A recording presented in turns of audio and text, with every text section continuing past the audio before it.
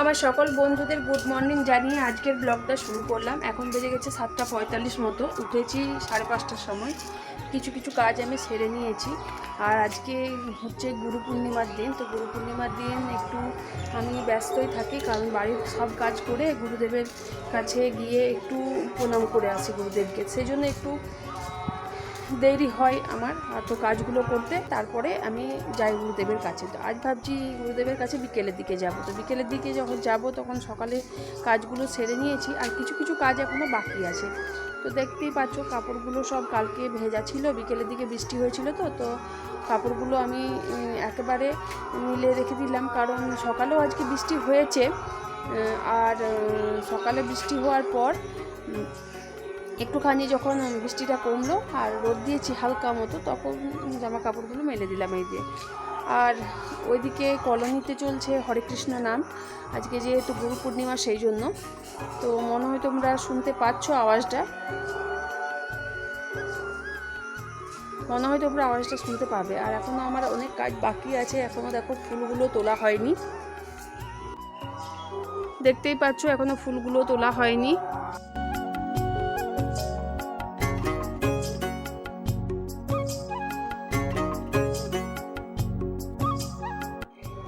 তো আরও কিছু কাজ সারার আগে প্রথমে আমি আজকে জলখাবারের রুটিটা করে নেব। জলখাবারে বলতে আমিও আজকে ভাত খাবো না, রুটিই খাবো।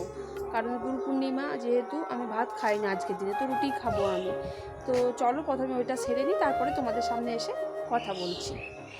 কি বলো তো, বাসি কাজ তো আমাদের থাকে, সব কাজগুলো একটু একটু করে সেরে নিয়ে রুটি করতে চলে এসেছি। রুটিটা একেবারেই করে নিচ্ছি এখন।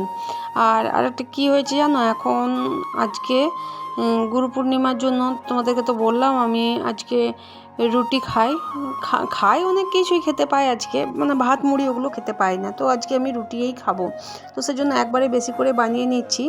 আর ছেলেকেও দিয়ে দেবো, তোমাদের দাদাভাইকেও দিয়ে দেবো। প্রতিদিন আমাদের জলখাবারে রুটি খাওয়াটাই অভ্যাস। তো একটা দুটো করে কেউ যে যেমন পারলো রুটি খেয়ে নিল বাস।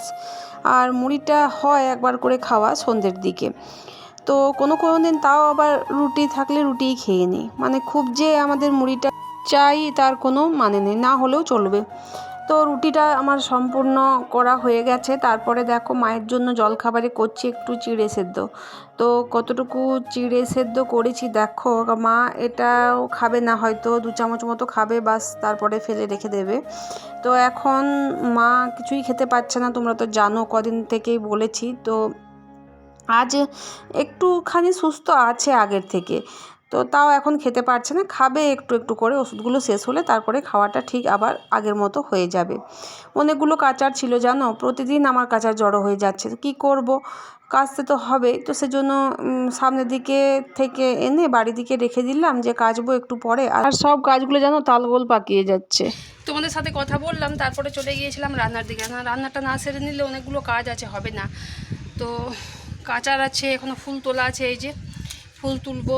তারপরে 2 জায়গায় ঠাকুরের পুজো দিতে হবে। এক জায়গায় আমার যারা তো কালকে গেছে ইন্দোর, তো মেয়েকে নিয়ে চোখ অপারেশন হবে মেয়ের, তো মেয়েকে নিয়ে গেছে ইন্দোর।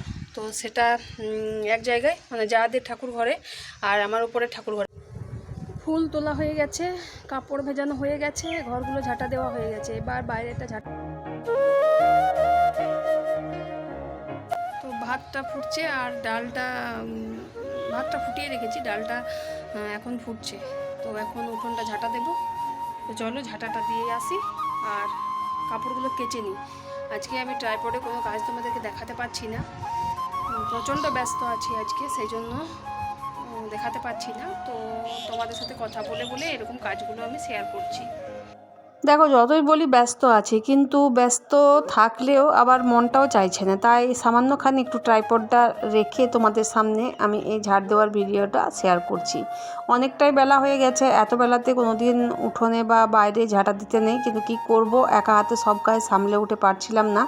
আর যদি বলো যে সকালেই কাজটা করে নিতে পারতে, সকালে কাজটা আমি করে নিতে পারতাম, কিন্তু এই যে জলখাবারের ব্যাপারটা ছিল আজকে, তো সেজন্য আমাকে প্রথমেই জলখাবারটা বানাতে হলো। জলখাবার বানিয়ে তারপরে বাসন ছিল অনেকগুলো, তারপরে আরও কিছু অনেক কাজ ছিল, তো সেই কাজগুলো সারতে সারতে আমার দেরি হয়ে গেল।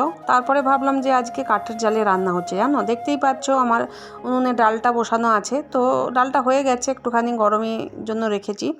তো কাঠের জালে রান্না হচ্ছে বলে রান্নাটা আগে সেরে নিই, উঠোনটায় প্রচণ্ড রোদ হয়ে গেছে, তো সেই জন্য ওই করতে করতে দেরি হয়ে গেল। আর প্রতিদিন তো কাজগুলো একটার পর একটা সাজিয়ে করা হয় না বলো, সেরকম আমারও আজকে সেরকম এলোমেলো হয়ে গেছে। রান্নাটা কি করেছি তোমাদের সাথে শেয়ার করি। পাঁচমিশালি সবজি করেছি এখানে, আর একটু রঙটা কালো হয়েছে কারণ কাঁচা কলা দেওয়া আছে সেজন্য। এখানে করে নিয়েছি দেখো পোস্ত আছে, পোস্ত বেশ অনেকটাই হয়েছে। আর এগুলো দেখো আমি তুলে রেখে দিয়েছি গ্যাসের কাছে। এখানে হয়েছে করলা ভাজা, আর এইখানে আছে মায়ের জন্য কলা সেদ্ধ, পেঁপে সেদ্ধ, আর আছে এখানে ডাল। আর মায়ের কিন্তু আতপ সেদ্ধটা এখনও বসানো হয়নি। তো যাই হোক দেখো, আমি কিন্তু এখানে রেখেছি কারণ আজ তো ভাতের ছোঁয়া আমি কিছু খাবো না, সেজন্য এখানে রেখেছি। আর ছেলের জন্য ভাত বেড়ে নিয়েছি আর ঠান্ডাও হতে দিয়েছি। ওদেরকে সবাইকে খাইয়ে তারপরে মাকে একটুখানি খেতে দিয়ে দিয়েছি ওই আতপের ভাতটা করে। তারপরে বসে পড়েছি আমি নিয়ে খেতে। এখানে আমি দুটো রুটি নিয়েছি, সবজিটা নিয়েছি দেখো থালাতে, আর ডালটা আর পোস্তটা আছে বাটিতে। তো চলো খাওয়া দাওয়া কমপ্লিট করে নিই।